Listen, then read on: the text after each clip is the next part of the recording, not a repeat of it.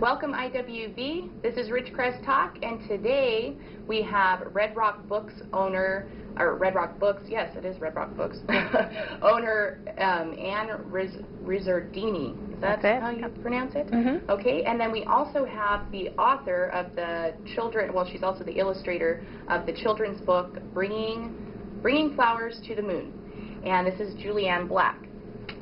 So thank you ladies for joining us tonight here at Ridgecrest Talk. So what I want to find out first of all is Red Rock Books.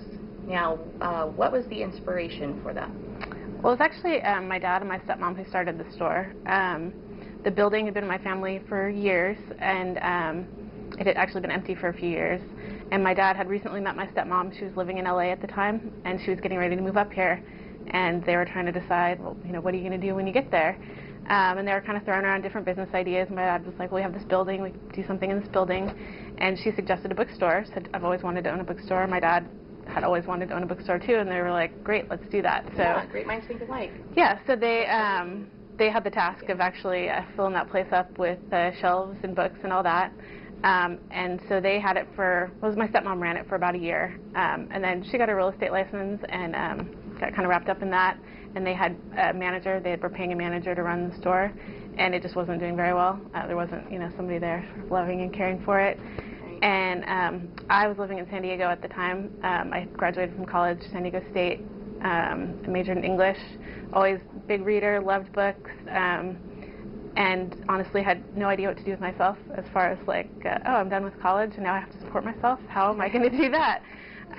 So my dad called me up and said, if you want to move back here, we will give you the store. It's all yours. What a nice present, huh? Yeah, seriously. So did you grow up here? Yeah, I grew up here. Okay. I grew up here, graduated from Burroughs, made a run for it with no intention of ever coming back. But then, you know, I couldn't really pass up the business, and especially books, because I've always loved books. Right, come back to your hometown. That's usually what happens to most of us, right? Yeah, I mean, that was actually my only hesitation at the time, was like, oh, do I really want to move back to Ridgecrest? But you said, hey, I'm moving out, and I was never going to come back. Yeah, but it was just too easy, you know, all my family and a business that I love, and so I moved back and took over the store, and that was in 2003, I think, or 2004. So I've had it for about 11 years now. Oh, fantastic. Yeah. So I know that you brought this. Can you talk a little bit about this? I don't know if you can zoom in on that.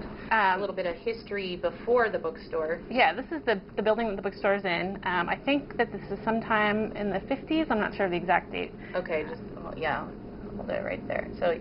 So we've got Rizzardini's.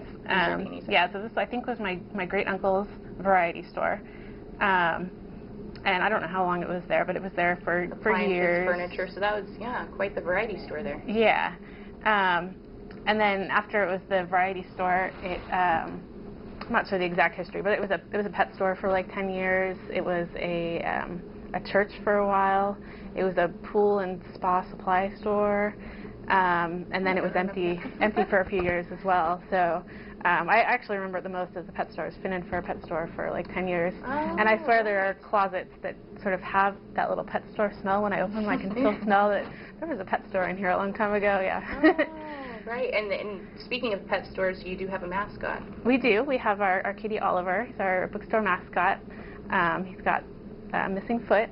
And he's a big orange cat. He's very sweet, very social. Oh, I didn't notice that when I was in there, but I did. My kids did find your cat. Yeah. And loved it. Yeah, he's super sweet, very social for a cat. A lot of times he will come out and greet you and then flop on his back and sort of present his belly to be rubbed. Aww. Yeah. He's very friendly. He's very friendly. He's offended at the people who are sort of like, oh, it's a cat. You know, some people don't like cats, and he can't understand. Right. Yeah. I suppose it's better than having a big dog or something. Yeah. I mean, big dogs are great, but, you know, running around less in intimidating, a bookstore. probably, and, yeah. Right, and also you've got a lot of knickknacks and trinkets in there, right? Right, yeah. Right, so would you mind giving us kind of a visual map of the store for anybody who might not have been in there? Sure, yeah, it's a huge building. I think it's a little less than 7,000 square feet, so it's enormous. And when you first walk in, we have new and used books. We try to keep the new books all kind of front and center, and then the used books are in the side rooms and along the walls. So when you first walk in, we have kind of your bestsellers, new releases to the right, And then the first few rows of books are going to be all the new books, various categories, children's books, young adult, things like that. And then if you walk around off to the left, there's a whole children's room of used books. And so we've got lots of used children's books. And now how do you establish the used books? Do you have like a trade or anything like that, or for the community? How do we get them? Right. Yeah. We give store credit. We don't give a whole lot of store credit. We actually get in like way more books than we're able to use. So we give store credit, 50 cents paperback, $1 per hardcover in store credit.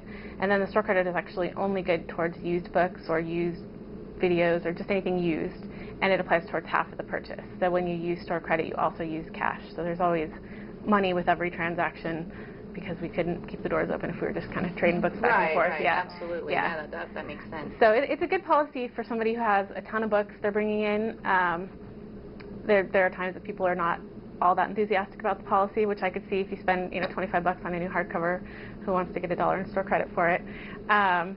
But we in spite of that policy, we get way more books than we need. So well, there's always, yeah. if somebody's that passionate about making their money back, there's other ways to go. And that's what I tell people. Like, if you can get more money for this somewhere else, be my guest. Right. Definitely do what you can for it. But there are plenty of people who are just like, I've got 3 boxes of books. I just don't want to throw them away. Like, you guys do what you can with them, and we'll take some credit for it. So that's it works fantastic. out.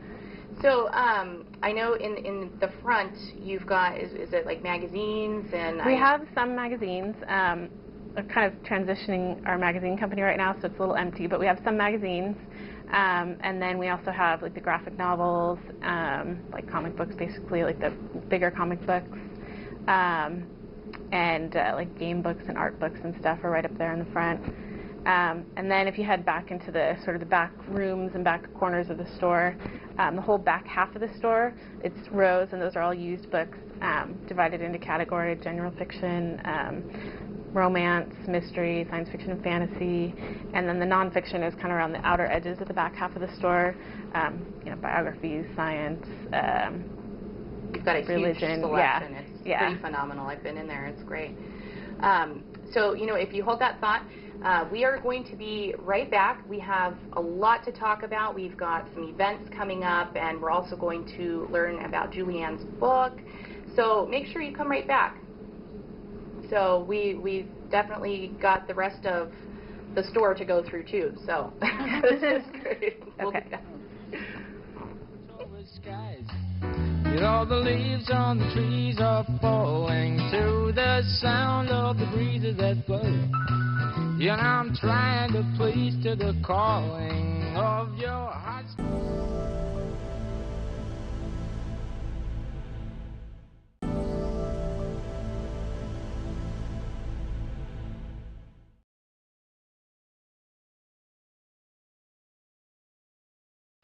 Welcome back. This is Ridgecrest Talk. I'm ClairAnn Herbert, and tonight we have Red Rock Books. We have the owner, Ann, and we also have a local author, Julianne, we're going to talk about her book too. But we did just finish off on part of a little visual of the store, and we got from the magazines, and I know I wanted to kind of bring up some of the gifts that you have because it's almost Christmas. Right, yeah. I know we're a couple months away, and I have been in there, and they're great. Yeah, some of the better sellers we have are the Melissa and Doug products, which are their kids' toys, games, craft stuff. They're really well made, lots of like little wooden vehicles and wooden puzzles, lots of little craft projects like make your own little picture frame or paint your own little piggy bank, that kind of thing. One of my favorites that I saw, actually, I'm sorry to interrupt, but was the plate where you... the food face. Yeah, the food face. That is so great. I mean, I know that we're all taught not to play with our food, but that is just the most brilliant idea. Super cute, yeah. I'm still a kid at heart. I think that's just fantastic. So anyways, I'm sorry for that. And then we also have incense, which is a good seller, some candles. We carry the Naked Bee line, which is lotions and candles, soaps, like face sunblock, chapstick, that kind of stuff. It's all sort of all natural products. That's a pretty popular line, has some good scents. Lots of other just games, carry slippers, all kinds of gifty stuff, yeah. Perfect. You know, reading a book, slippers, that Yeah, all exactly. goes together really well. So, real quick, before we get to the book, and actually events too, what is your local author section like? What do you have going on there? We've got a lot of stuff. We'll kind of put whatever, you know, any local author who comes in and has a book, we'll put it on the shelf for them. We've got a few that are kind of local history. John DePole, who I think recently passed away, he has a book called Tales of the Upper Mojave Desert and the Eastern Sierras. It's all history of the area. It sells really well.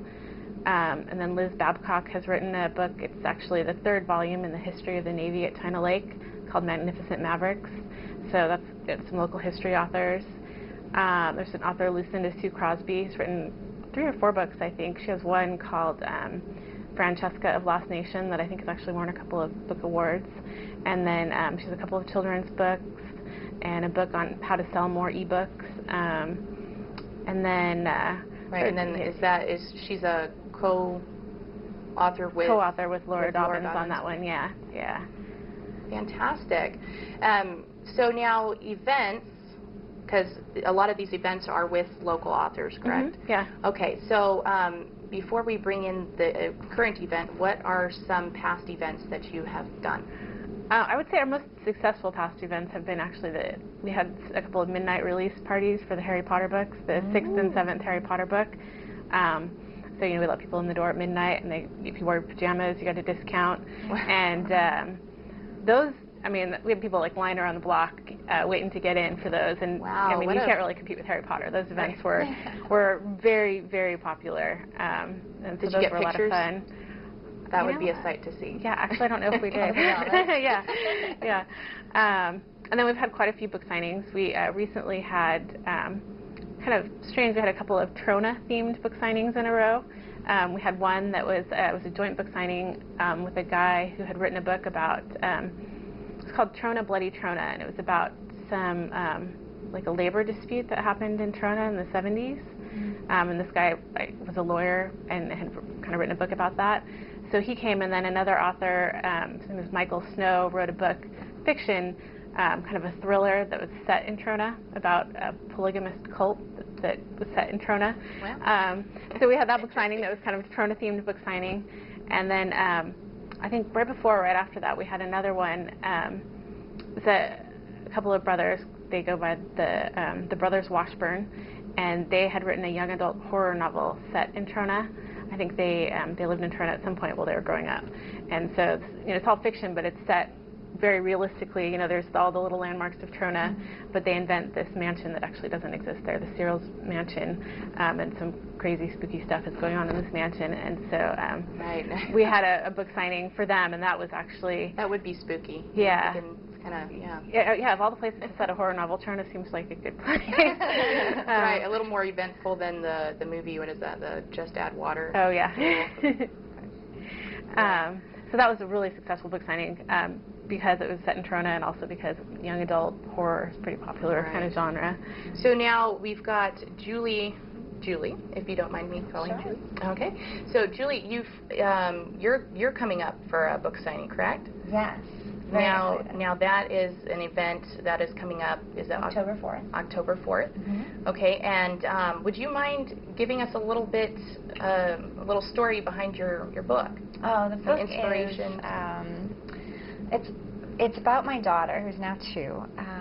So she was about 1 when I started this whole process, and she just had this fascination with the moon, and it turned into this whole story and all these. I just was constantly snapping pictures of her staring at the moon, and her first sentence, I was walking outside with my mom, and she actually said, "Do you see the moon?" And we both looked at each other like, did she just say that? You know, all the words together. So it kind of percolated in my mind for a long time, and then my husband and I moved here about 6 months ago, and it actually finally got a chance to write it down, put it together, do the illustrations, and here it is. That is fantastic. Yeah. So you did your own illustrations? Yes, correct? I do my own illustrations, layout. My backstory is that I have a degree in fine art, so I'm classically trained in all of the color theory and the perspective and all that good stuff. And then I went back to school for computer animation, multimedia design, and I've run my own design company for about 10 years now. Completely freelance, and I've always wanted to do children's books. And so upon having Maddie, and she's totally all, you know, about books, I mean, just covered in them all the time with the books. She's a big fan of Dr. Seuss. Not a fan of mine, but a fan of Dr. Seuss. So I, you know, just put all my skill set together and started writing these books. Right, children are very inspiring. Yeah, they really are. It's amazing that any of us were ever ever there. Right? Yes, the whole growing up process. So, and where did you begin the story? Because you said you just came here 6 months ago. Just being busy, juggling, you know, my work and the baby, the story. You know, Julie, I'm so sorry. Yeah. I'm so sorry to hold this. We're going to go to a quick commercial break, and we're going to come right back to that. Okay. So make sure you come right back. We're going to finish up this conversation about the book and where you started it. We'll see you back after this.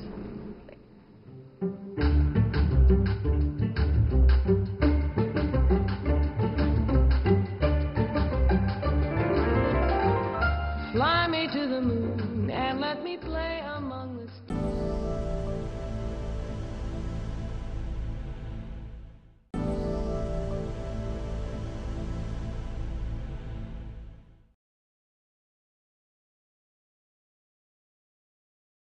Welcome back, IWV. This is Ridgecrest Talk. I'm ClairAnn Herbert, and tonight we are getting back to our conversation with Red Rock Books and Julie, who is the author and illustrator of this fantastic book that we are talking about.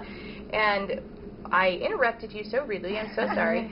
The question that I had asked was, where did you begin the book? And I interrupted you. It was one of those things that started with Maddie's first word being moon, and it kind of percolated in my head until I had time to finally put it together. So it started in Florida, where we lived previously, and it was actually born in Ridgecrest. Oh, fantastic. Mm-hmm. That is great. So this event that you're doing a book signing, and you are pairing up with the animal shelter, is that correct? Mm-hmm. Right. Okay, so what do you have going on? I know you said something about trick or treat as well. What kind of, can you talk about this event? What do you have planned? Kind of wrapping it around a bunch of different pieces. The animal shelter is going to be doing an adoption, so that's wonderful. They're going to have all their doggies there. We're going to be doing trick-or-treating, which is a little bit early in the month for trick-or-treating, but it also corresponds with the full moon. So it's a full moon, but month of October, any excuse to have candies. Yeah. Right.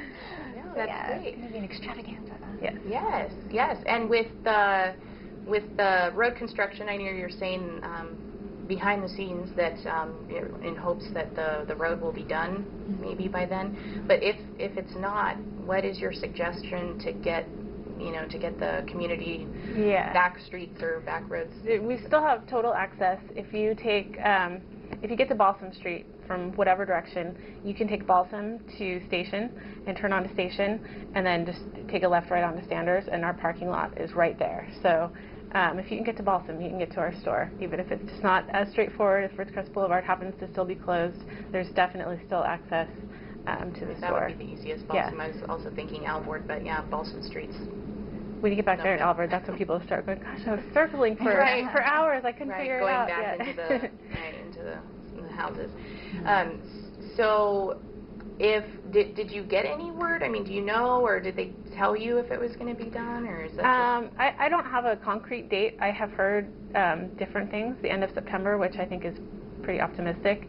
I've also heard early December, which seems like a long time. Just in the last few days, they look like they're ready to pave the road. So I think that the paving will be done relatively soon. That still leaves like the sidewalk and the final details, but I think we might actually have a road in the next week or two. So but we'll see. Well, yes, let's hope. Yeah, for sure.